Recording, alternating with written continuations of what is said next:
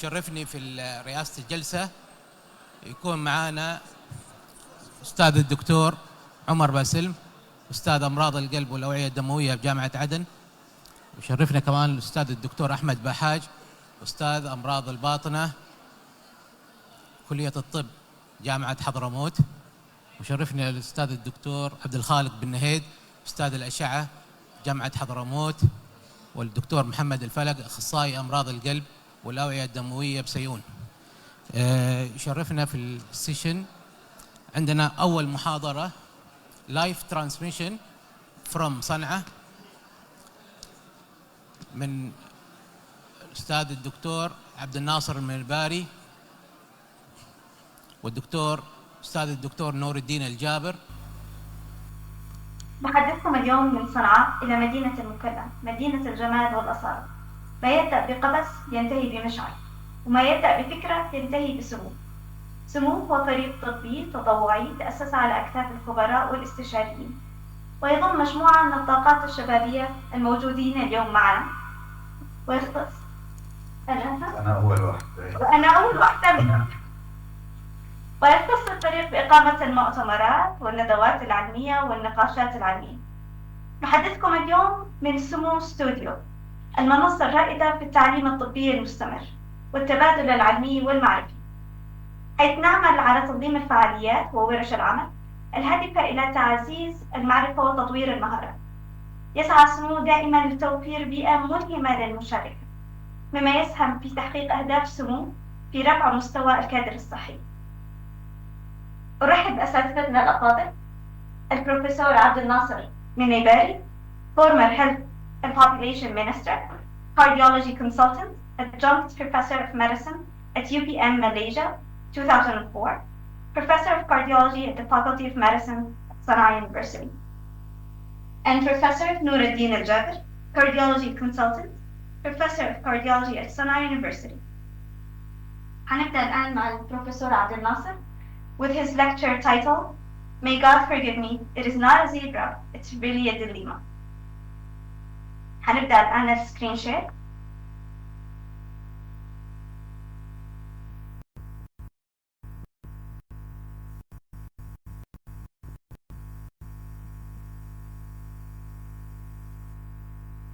بسم الله الرحمن الرحيم. بداية على نشاطه العملي والعلمي،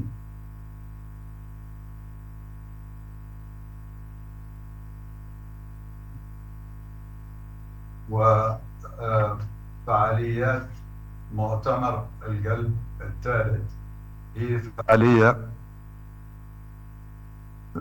فعالية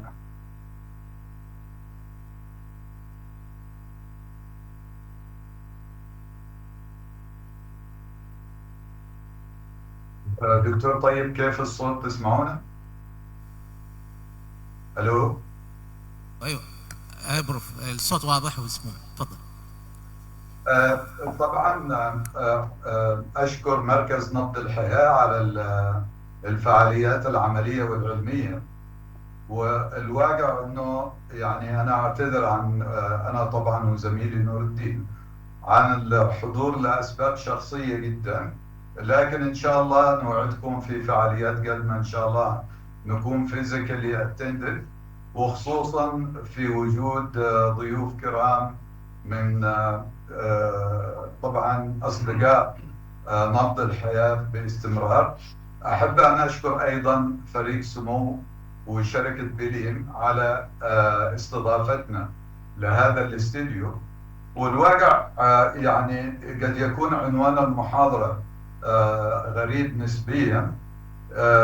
يعني طبعا الإنسان بتمر في حياته حالات قد تغير مسار حياته، أو قد تحس في القلب إنه ما سوى شيء إضافي للحالة. فيمكن حالة اليوم هتكون مثل لمثل هذه الحالات. الواقع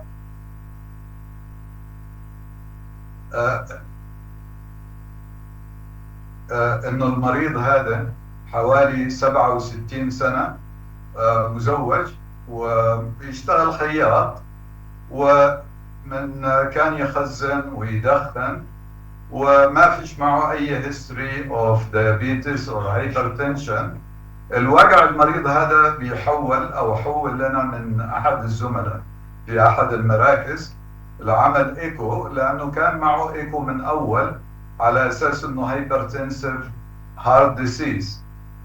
ولما سألنا المريض أنه بيتضح أنه المريض عنده severe shortness of breathing NIHA class 4 مع paroxysmal nocturnal dyspnea.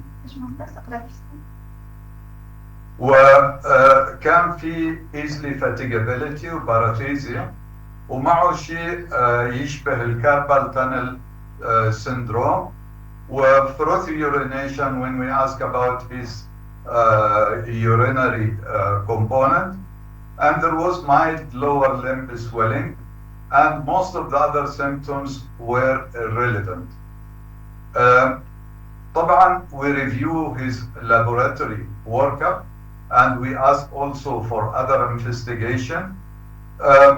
Apart from slight anemia, examination including liver function, kidney function test, thyroid function test, autoimmune screening was all negative. Even troponin and the 24-hour urine collection was negative for this patient. And if we see his ECG, it looks like severe left anterior hemiblock or severe left axis deviation, and left atrial dilatation or enlargement was there. So in this ECG, it looks like incomplete left bundle branch block. His X-ray show cardiomegaly with left ventricular configuration, unfolding of the aorta, and severe lung congestion.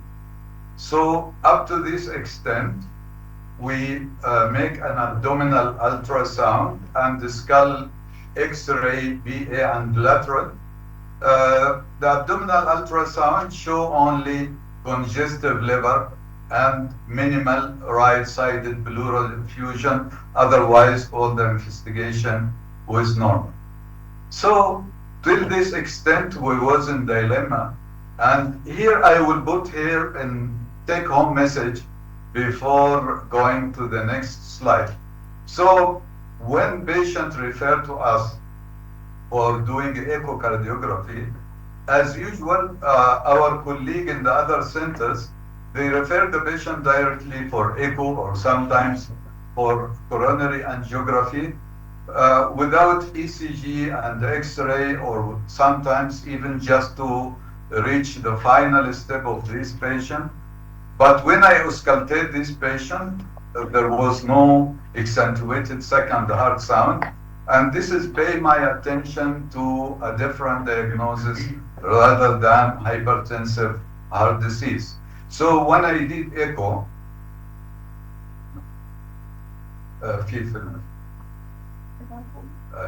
so when I did echo for this patient, actually it was astonishing for me to do echo. Usually when I do echo, I do just a quick look to see.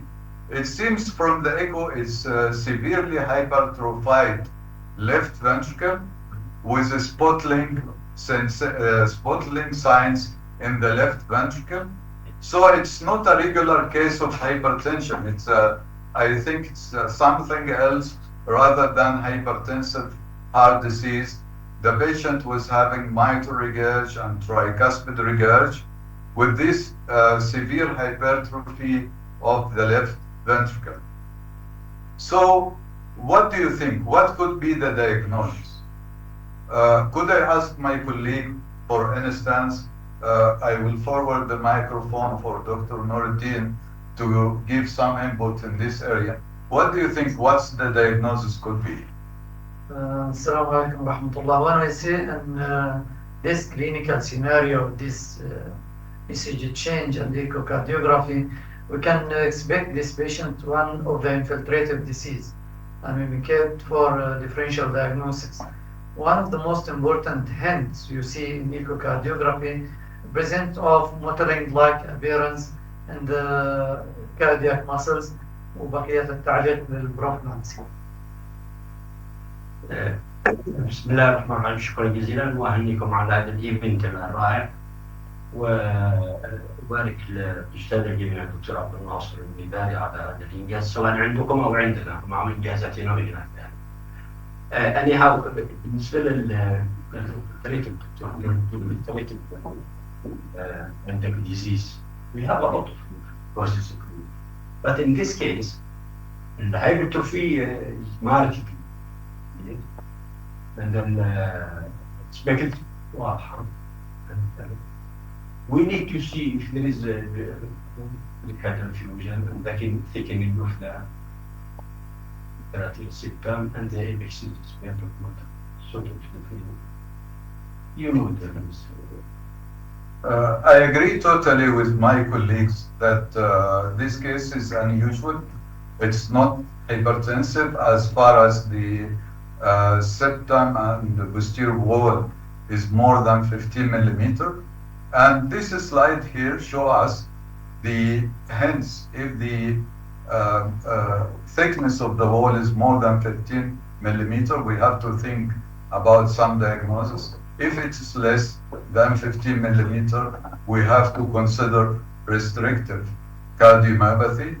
Actually, when we go with this patient, we found that this patient is going for more giving ends to amyloid or amyloidosis for the heart.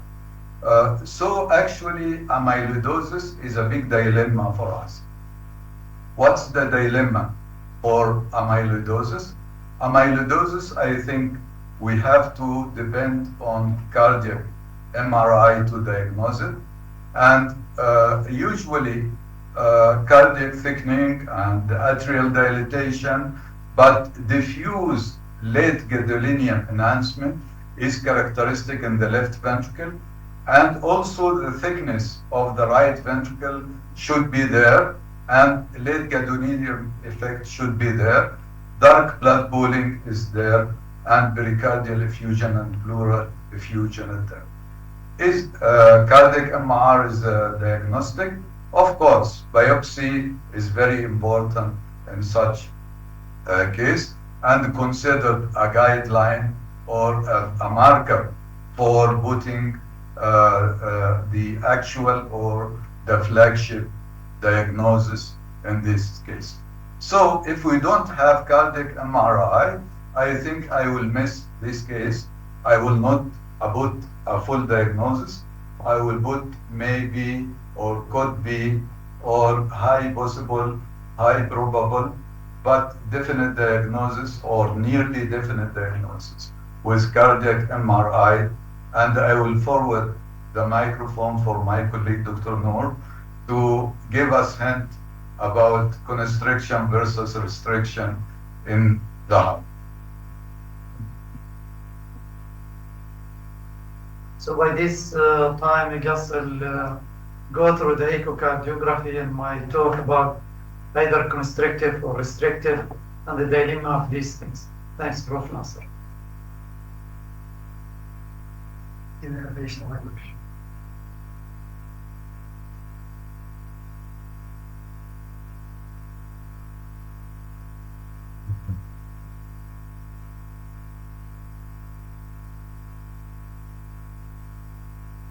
So I'll just go through the small introductions.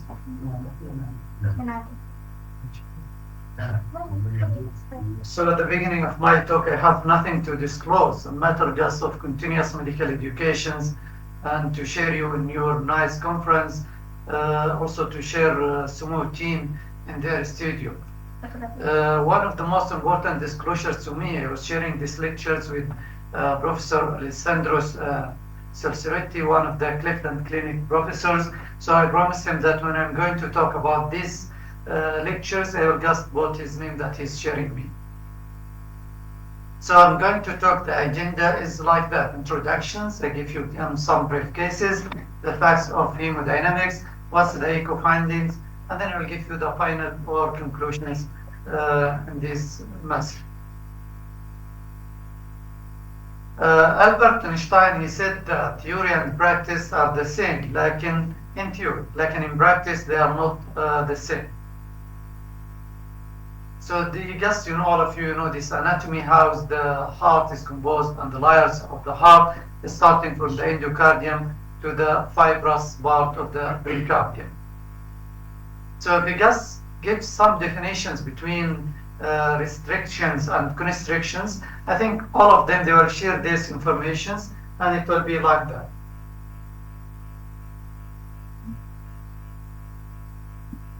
So usually the heart disease,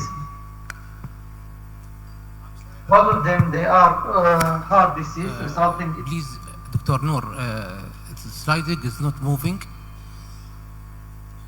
Now it's moving? No. Can you check?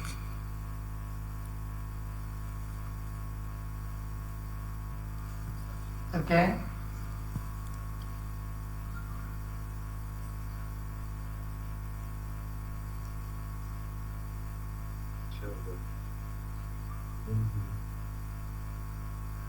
Okay. You see the slides now, okay? Yeah, yeah. Thank you. So if you get the definition, it's okay.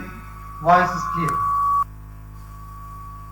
Dr. Tayyib, I saw that the slides is in front of you. You hear me? Yeah, yeah, we hear you, and the slide is moving. Is everything is okay? So the heart disease is resulting in inverse ventricular filling, both restrictions and constrictions. They are highly diastolic pressure required to maintain the cardiac output and systolic function. Usually in both type of disease, it is normal. So again, the left ventricle or right ventricle biventricular failure, it will be present. There are a lot of cases, as Prof. Nasser mentions. So this is a broad categories of disease can affect the myocardium, leading to restrictive cardiomyopathies.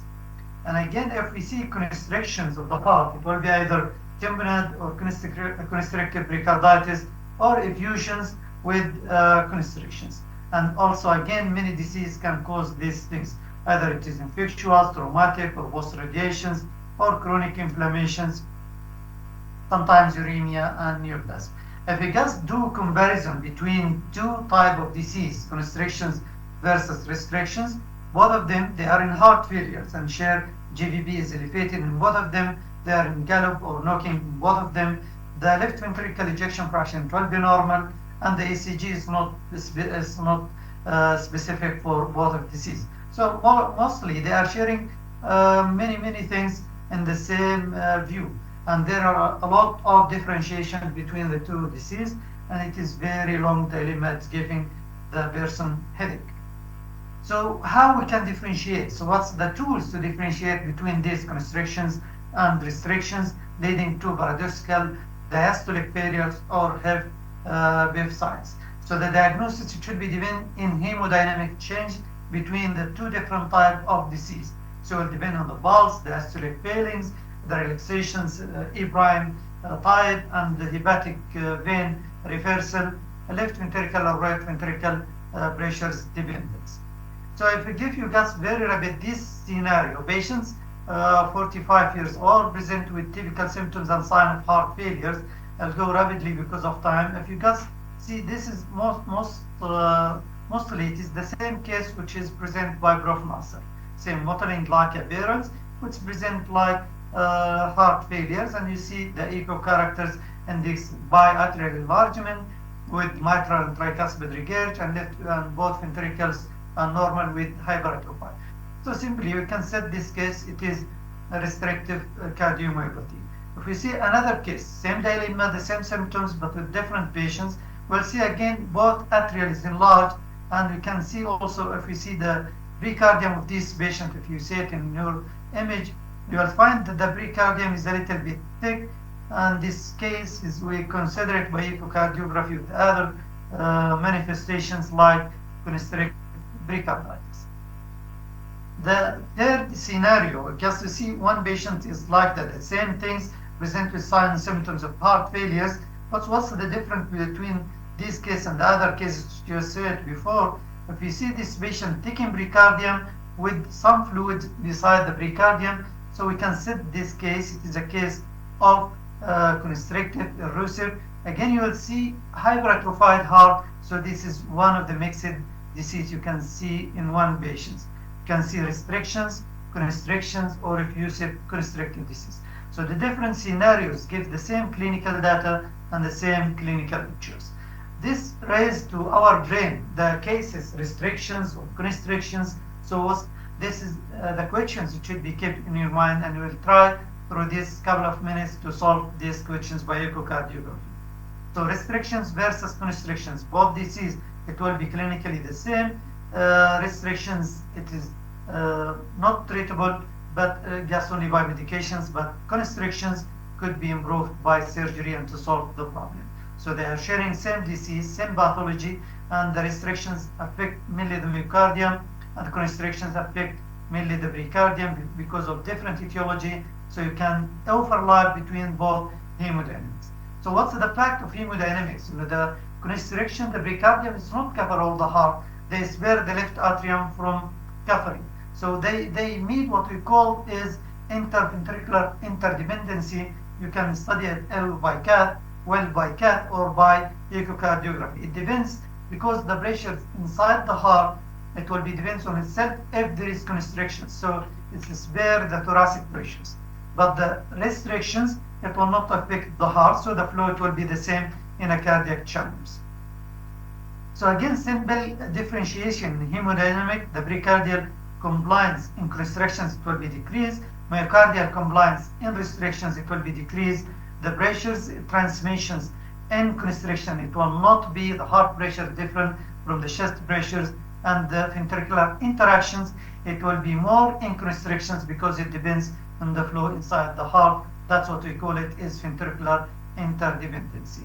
So through these introductions in different type of cases, I will go rapidly through the echocardiography, what you will see and how you can differentiate.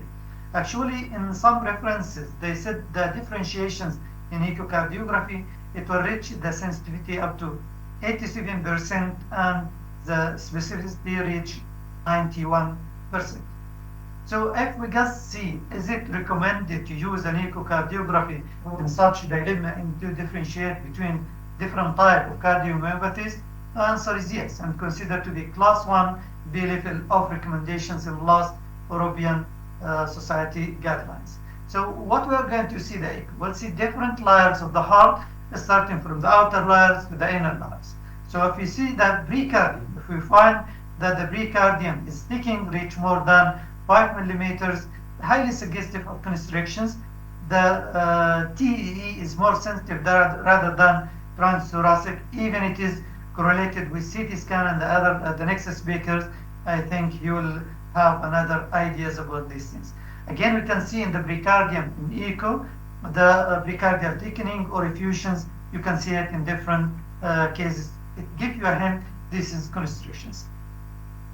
If we just note the cardiac muscles in echocardiography in mode, you will see notching of the muscle in the node that the pointer is up, it is here, and you can see the notching of the muscles, and what we call it is the rapid uptake of myocardium in the diastolic to systolic area, so like these things, and this is also give you a hint, this patient is a case of constrictions of the heart. So again, if we see the myocardium having what we call is moving inside the interatrial septum and dependence in the flow between the two ventricles, when the flow is high in the left ventricle, so it's pushing the septum to the right. When the flow is high in the right side of the heart, it will push the septum to the left. What we call it is the septal bouncing. It will be clear to see it in echo. If you guys observe this case, you will see here the septal bouncing. In this case, it's just shifting when the flow is going to the right or left. And this is in short axis. You will see the septal bouncing. It is clear. Again, we could concentrate in the myocardium of patients. You will see some mottling-like appearance in hypertrophied heart.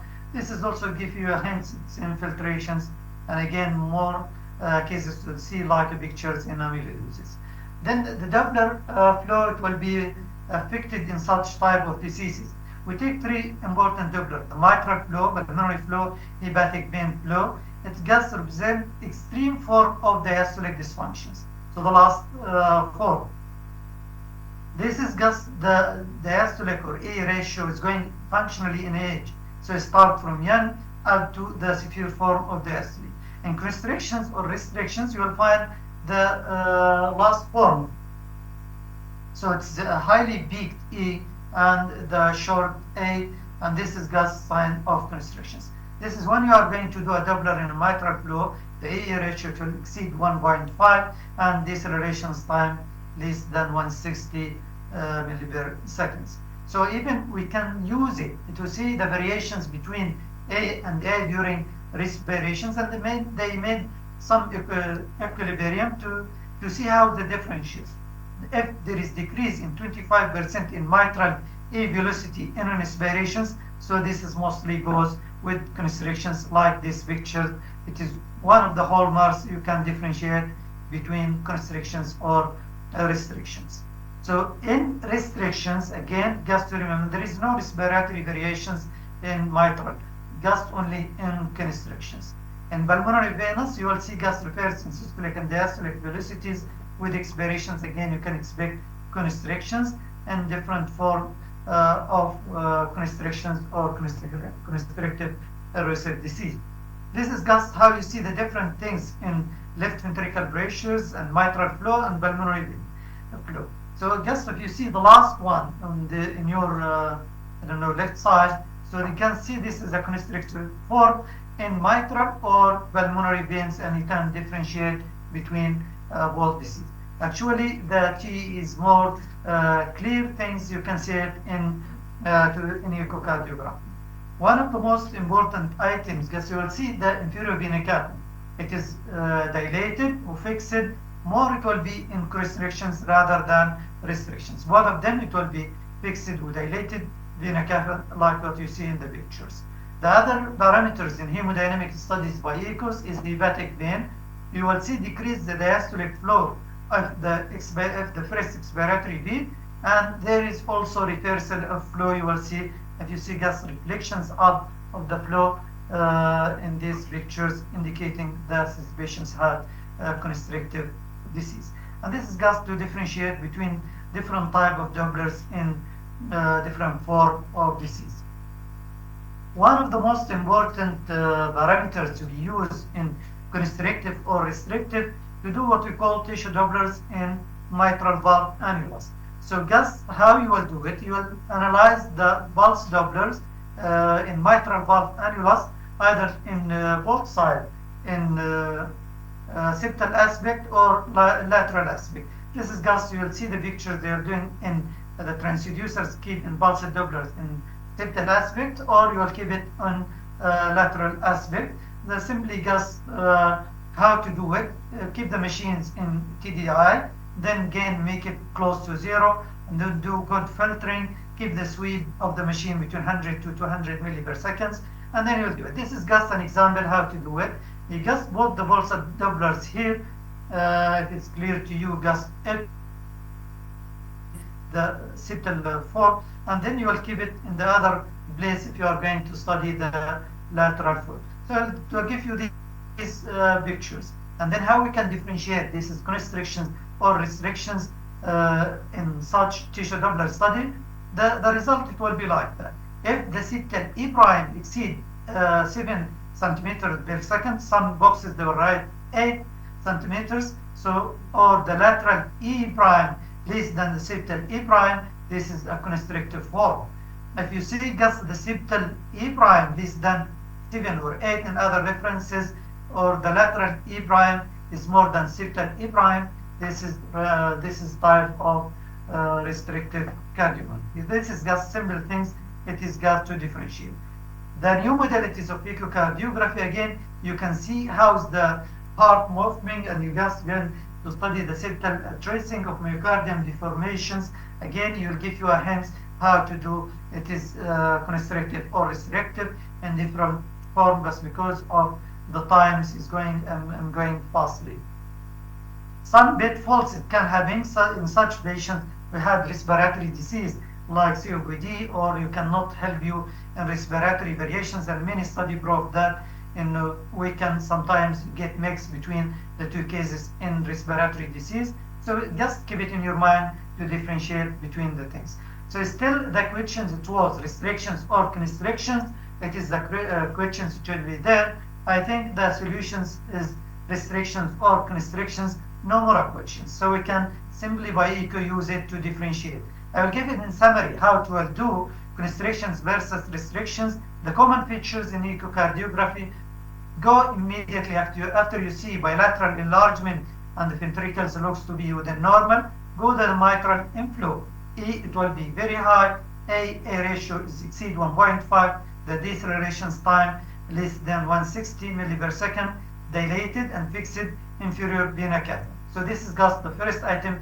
Keep them in your mind. Then the septal bouncing. It will be present in constrictions. Restrictions, it will not be. So mitral annulus tissue Doppler imaging, E prime in septal more than 7 centimeters per second in constrictions, less than that in restrictions. The E septal it will be less. The E lateral, E prime lateral less than E prime septal in constrictions, it will be less. In restrictions, the E prime lateral more than E prime in septal. This is just depends. The myocardium is affected, so the E prime in the septal it will not be affected. The E prime in the lateral it will be affected, which is close to the pericardium or close to the muscle. Just to keep it in mind is like that. And we see the mitral flow, the tissue, the tricuspid flow and the hepatic flow. Just the different things in constrictions, restrictions. It will be clear if you differentiate between both of them. Septal strain in constrictions usually normal. Bilateral enlargement more in restriction rather than constrictions. Pulmonary hypertension and restriction more than the constrictions. Mitral and tricuspid regurg, it will be more in restrictions because of muscle involvement. It will affect the papillary muscle of both valves. Many scheme and guidelines, they do it how to follow or how to differentiate between both of them. So if you just follow these instructions and then how to follow this scheme and to do the echo in a proper way, you can differentiate both of them. So at the end, what I can tell you that the disease has an important therapeutic implications. If restrictions, so it will be medically treated. If constrictions, usually it is surgical treated, can solve the problem. Clinical presentation, both of them is the same, is diastolic failures. Historical etiology helpful, but it will not be diagnostic. Take pericardium, sometimes it is not necessarily causing constrictions. Just to keep it in mind, a restrictive process may be also a constrict. So just keep in these things, echo and hemodynamic features may be overlap. So if the dilemma still things there, so we can use other modalities, other facilities to study the cases well. So by the end of this talk, I think all of you, so we just keep the phone for Prof. Nasser. Thank you, Dr. Nouraddeen. I think if we have one question, and this question is very valuable because it gives a prize from شركة بليل تذكرة سفر إلى مؤتمر كارديو ايجيبت. فأحب أوجه الميكروفون للدكتور نور الدين ليعطي السؤال، والإجابة تقدم للدكتور طيب ويعمل القرعة مع الفريق الإعلامي. طيب تسمعنا؟ Okay. Thank you very much, Dr. Noor, Prof. Nasser, على this illustrative وعلى focus of one of most common disease we see it and misdiagnosed as a constrictive pericarditis or restrictive cardiomyopathy والamyloidosis. الآن في سؤال حيتوجه من السيشن. الجماعة كل واحد مع مذكرة في الشنطة حقه، نبغى يطلع ورقة ويكتب اسمه والجواب حق السؤال. تمام. ورقم واخر السيشن حتتجمع الورق من الشباب منتدى موجودين على المداخل وانتم خارجين على البريك، وحيكون باذن الله سحب بكره على الاجابات الصحيحه مبلغ ودعم من شركه بلم لحضور مؤتمر كارديو ايجيبت.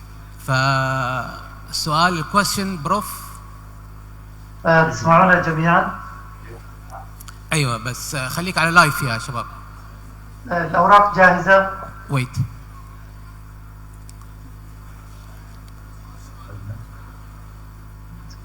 السؤال موجود الان عندك على الشاشه، انا شايفه. اقرا. تسمعونا انتم؟ طيب اسمعك بي. طيب احنا دائما في اليمن عندنا يمكن rheumatic heart disease is very common disease, we see it frequently in our daily practice, and we see what we call is rheumatic activities. It affects many patients.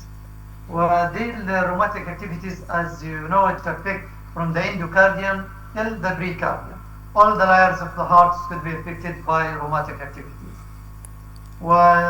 Precardial affections in form of pericarditis is common in rheumatic heart disease. ولحد الآن يمكن ما شفنا مريض عنده precardial wall disease rheumatic activities عنده constrictive pericarditis. السؤال: why rheumatic pericarditis is not prone for constrictions؟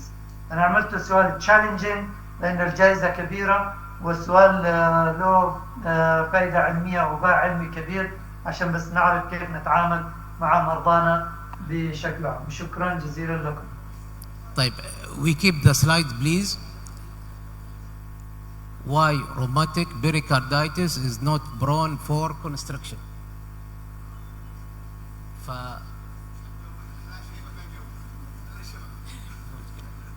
تمام. نبغى الإجابة تحط في ورقة واحتفظ بها لو سمحتوا إلى ما تخلص السيشن، وبعد كده تسلم. حنصحح الورق وحنرفع النتيجة غدا إن شاء الله.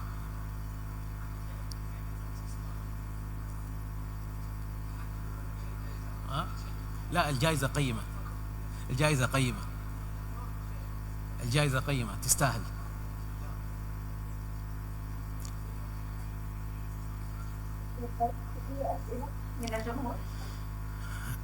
Okay, thank you very much, Dr. Abdulnaser, Prof, Dr. Nouraddeen. Thank you very much for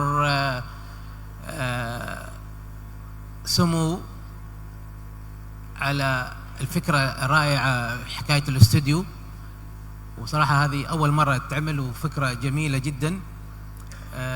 Thank you very much. في أي أسئلة أو سؤال موجه لطاقم البروف أو شيء قبل ما ننتقل للنكست سبيكر؟ Thank you very much.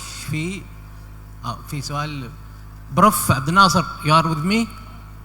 ايه طبعا. معنا دكتور سؤال من الدكتورة إيمان بصديق، تفضل. السلام عليكم ورحمة الله وبركاته. Prof Abdulnaser Munibari and Prof Nouraddeen Aljaber. Our expectations were to see you live in this scientific annual meeting, but unfortunately, due to your personal affairs, we are so happy at least to see you on a Zoom meeting.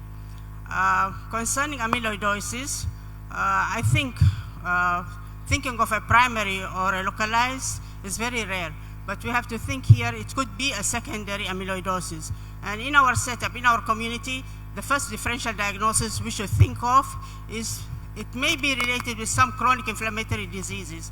One of the most common is tuberculosis, and the other is rheumatic heart disease. So I wonder if this patient should be screened for tuberculosis, even though your echo findings did not suggest any rheumatic possibilities on this patient. The other point about restrictive cardiomyopathy or constrictive myocarditis, cardiomyopathy, also I think in our setup, tuberculosis should also be considered as one of the underlying causes for it. And thank you very much. شكرا جزيلا للدكتور إيمان. الواقع احنا فعلا نتمنى، ولغايه اخر لحظه كنا بنحاول، لكن الظروف فعلا صعبه بالنسبه لنا. very special personal issues، وان شاء الله نلتقي في لقاء قادم، وفي كارديو عدن ايضا ممكن نلتقي.